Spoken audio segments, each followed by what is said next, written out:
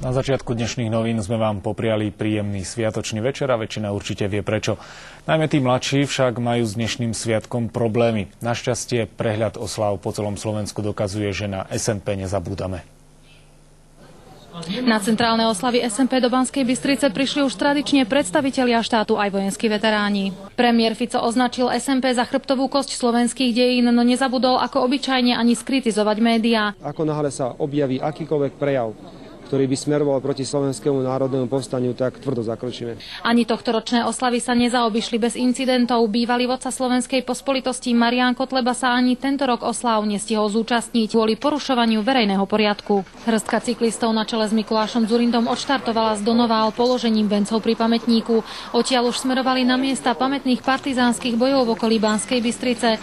Hoci im počasie príliš neprialo, cieľ trasy neskrátili ani o kilometer. To odhadujem, že do 30 kilometrov. Výročie SNP si už tradične pripomína len hrstka tých najvernejších. Kým väčšina bratislavčanov ešte spala alebo sa venovala prechádzke mestom či nákupom, pri pamätníku SNP sa zišlo asi 300 pamätníkov. Kým starší spomínali, mladým SNP veľa nehovorí.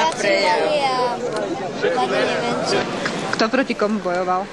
Ja vlastne to bolo Slovensko, vlastne oslobodená. Kalinove pri Medzilaborciach študenti zo Slovenska a Ruska obnovujú vojenskú techniku z druhej svetovej vojny. 18 mladých ľudí sa rozhodlo tráviť prázdniny netradične. Robíme tu s kvietkami, alebo čistíme tanky, natierame dela. V obci Staškov oslavovali výročie povstania originálnym spôsobom. Tamojší obyvateľ Stano Machovčák vytiahne z dvora svoju erenu a prejde s ňou po dedine. Tá kabína je drevená, ale oplechovaná plechom. Zohnali veci, ktoré patria k tomu obdobiu. Povstaleckú kapustnicu varia podľa svojho receptu.